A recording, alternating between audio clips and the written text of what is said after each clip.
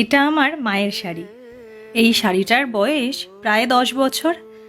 আমার বিয়েরও 2 বছর আগে মা যখন শাড়িটা কিনছিল, আমার ভীষণ পছন্দ হয়েছিল শাড়িটা দেখে। তবে আমি তখন কিছু বলিনি, কারণ তাহলে মা শাড়িটা আমাকেই দিত, নিজে আর নিত না। মায়েরা তো আমাদের জন্য সব কিছু স্যাক্রিফাইস করতে পারে, সেখানে আমি আমার একটা ভালো লাগার কথা নাইবা বললাম।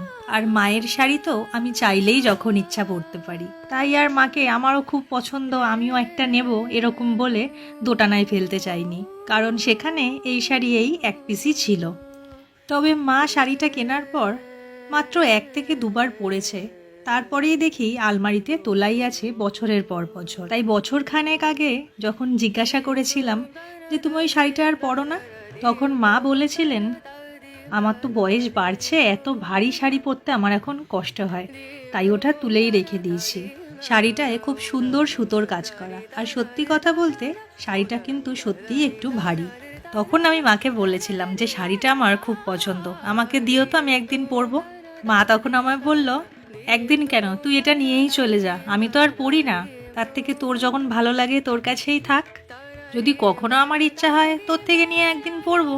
আজ মনে হয় মা মনে হয় তখনই বুঝে গেছিল শাড়িটা আমার খুব পছন্দ হয়েছে, তাই রেখে দিয়েছিল যত্ন করে আমারই জন্যে।